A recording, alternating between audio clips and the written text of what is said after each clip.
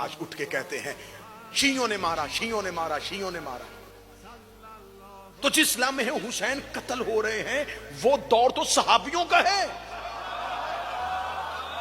ابھی تابعین بھی شروع نہیں ہوئے، ابھی تبع تابعین بھی شروع نہیں ہوئے، ابھی تو نبی کے دور کے صحابہ زندہ ہیں، اور امام حسین علیہ السلام کو شہید کیا جا رہا ہے اور قتل کیا جا رہا ہے اور خاندان رسول کو قید کیا جا رہا ہے۔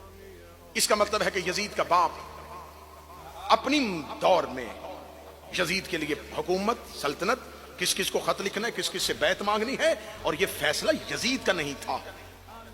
یزید کا باپ کہہ کے گیا تھا کہ تو نے مدینہ میں ان 4 افراد سے بیعت مانگنی ہے، لیکن اس چاروں کریں گے نہیں۔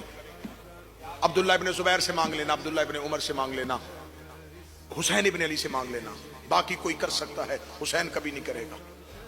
لیکن اگر حسین کرے نا تو حسین کو زیادہ لمبا مہلت اور موقع نہ دینا۔ اس کا مطلب ہے کہ قتل حسین کی تیاری یزید سے پہلے یزید کے باپ کی زندگی میں ہو چکی تھی۔ ہمیں مجبوری ہے، ہمارے رہبر کا نام حسین ہے بھائی، کوئی عام فرد نہیں قتل ہوا، ہمارا امام کا قتل ہے، ہمارے آقا و مولا کا قتل ہے۔ ہم تاریخ سے پوچھیں گے کس کس ہاتھوں میں اس خون کی لکیریں، کہاں تک یہ لہو کے چھینٹے ہیں۔ اس کا مطلب یزید کا باپ نہیں۔ لیکن اب سوال اگلا میرا مورخ سے یہ ہے، میں تاریخ کی آنکھوں میں آنکھیں ڈال کے پوچھتا ہوں، یزید کے باپ کو خلیفہ کس نے بنایا تھا؟ یہ تو بنو امیہ میں سے تھا، یہ تو تلقا میں سے تھے، یہ تو خاندان رسول نہیں تھا، یہ تو نبی کو تکلیفیں دینے والا خاندان تھا۔ یہ مملکت اسلامیہ کا سربراہ کیسے بن گیا؟ اس کو دمشق کا حاکم کیسے بنایا گیا؟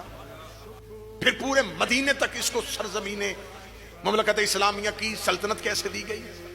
کہا گیا نہیں، وہ اس وجہ سے ہوا تھا کہ یہ چوتھی خلافت مولا امیر المومنین کے بعد فیصلہ ہو گیا تھا۔ تو پھر مجھے بتاؤ، علی کی خلافت کے دور میں علی جیسے امام کے ہوتے ہوئے معاویہ بن ابو سفیان کا ساتھ دینے والے کون تھے؟ میں پہلے دن سے یہ بات کہہ رہا ہوں، کربلا سمجھنی ہے تو کربلا کو قریب آ کے زوم کر کے سمجھو، قریب آؤ کربلا کے، تمہیں پتہ چلے حسین کتنی بڑی جنگ جیت کے گئے۔ کس خاندان کے ساتھ تعلق تھا؟ بنی امیہ کے ساتھ۔ کس خلافت کے دور میں بنایا گیا؟ تیسری خلافت کے دور میں۔